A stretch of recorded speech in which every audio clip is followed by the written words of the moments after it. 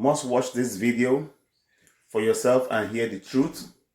Hear the truth from Mazi Nnamdi Kanu concerning achieving Biafra and every plan laid down and the matters related to you and yourself and who you are. Share it, make this video viral, share it to everywhere, subscribe to it, and make your comment. Thank you. You see, the land of Biafra must be defended at all cost. At all cost. It is the land of God, given to his children for their eternal habitation.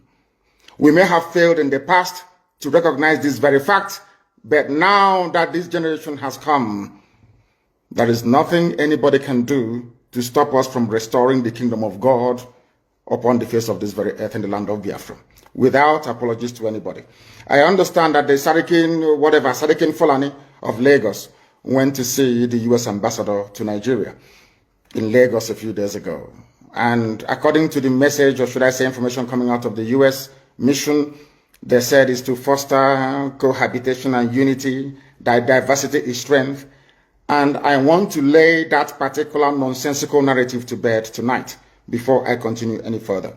Anybody telling you about strength in diversity, that person is a liar and a deceiver. And the U.S. ambassador is a liar and a deceiver. One thing they don't teach we Africans is this. No country exists on a foundation of multiculturalism. There is nowhere in the world. Listen to me very carefully. All this nonsense, even the crap that Coca was coming up with, telling you about diversity is our strength and all that rubbish. Allow me to repeat, there is no country on this earth that survives on a foundation or a bedrock of multiculturalism. It doesn't exist. That is why multiculturalism in Africa is dead on arrival. It can never work. Because we are tribal beasts by nature. We are tribal by nature. That is why we travel from wherever we are during New Year's, during Christmas, during Easter, during New Year Festival to go back home where we come from. Because that is where we identify with. Now, let me ask the U.S. ambassador a very simple question. Is United States of America a multicultural society? U.S. that was created and built by Western Europeans. U.S. was created, should I say, created by God, of course. Built by Western Europeans. Mostly English people that was fed up with the way of life of the English monarchy. They went to America on Mary Rose. I want to ask the U.S. ambassador, I want to teach Africans what they don't know this evening. There is no country that functions on this multi-ethnic rubbish. Nowhere in the world. Not even the USA, that was created by people who are not indigenous to America. The owners of the soil of America are Native American Indians. That is a fact of life. God gave America to Western Europe to develop and gave them a special grace to be the beacon and the light and the conscience of the world. Because God knew that if he had left all these wonderful people in Europe, they would become contaminated. He removed them from Europe, sent them to America, built a wonderful nation as a shining light and a beacon for the whole world to look up to.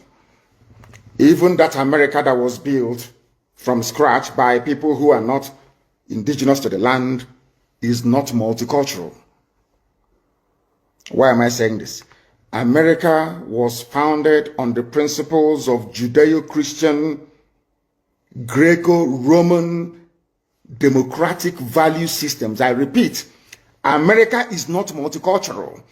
They accommodate other races and other nations. Yes, they can accommodate you.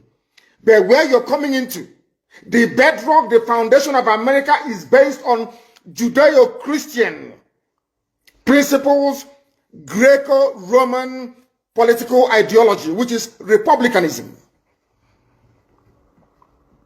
America is not multicultural. America is Western Europe.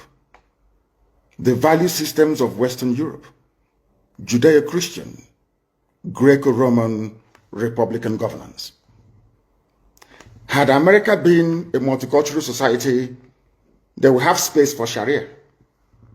I'm now addressing the US ambassador to try to tell them to stop deceiving people. We are educated, we went to school for a reason. We are enlightened and we have our brain intact. There is no country on this earth that runs on this wishy-washy multiculturalism. It doesn't happen. What you have are established order and value systems upon which various cultures can now coexist. If you go to America, you coexist under the provisions of the United States Constitution. And the US Constitution is a Christian constitution, not Islam. America is not multicultural, but under that bedrock of liberty and egalitarianism, you allow other cultures to come in. But first of all, they must swear allegiance to or take an oath to uphold the Constitution of the USA. That is something that the US ambassador never told the Janjaweed that went to visit her. The same way that Nigeria cannot function as a viable entity. Wole Soyinka knows what I'm talking about. I'm even sure somebody who claims he's learned, as Bishop Coker is, understands what I'm talking about. No country on this earth. The value system of the state of Israel is based on Judaic principles. The value system of Russia is entirely theirs. It's based on theirs. It's the Russian way of doing things from times of the Tsar. If you go to Saudi Arabia, it is essentially a Sharia Islamic state. You can live there, no problem. You can build your churches if you want. I think they've not ready to allow churches to be built. But it is never a multicultural society. Japan is not a multicultural society. China is not. They can accommodate you. But that doesn't mean they are this is the type of nonsense they feed Africans. And we fall for that very gimmick of multiculturalism. At the end of the day, you end up with a useless contraption like Nigeria. You don't have any value system that anybody anywhere can define.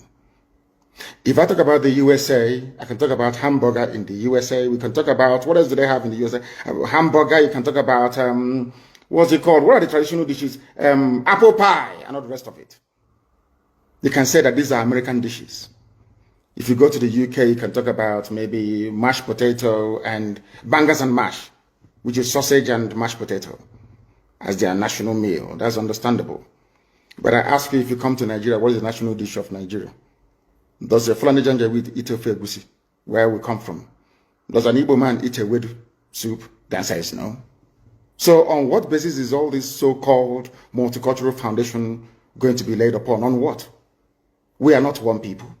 We may be black, we may be Africans, but we're not one people. Not even one religion. If Britain cannot stay in an EU that is entirely Christian, EU is entirely Christian. Britain left.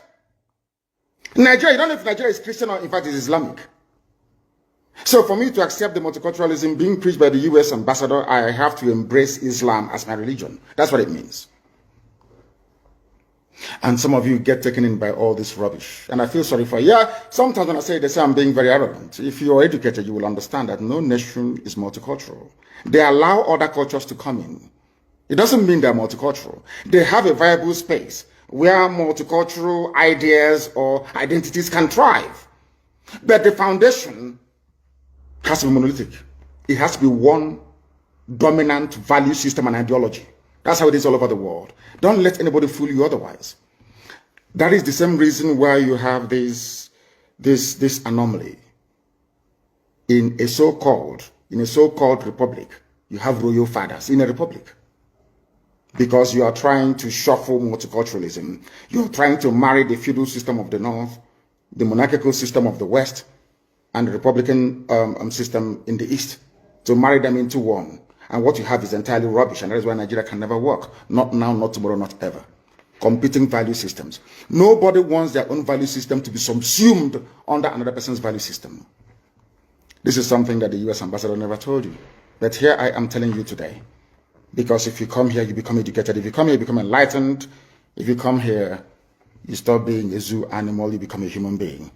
That is why we are the largest and, of course, the most consistent broadcasting platform insofar as Africa is concerned, right across the world. Millions listen to us because they know we preach the truth, the whole truth and nothing but the truth.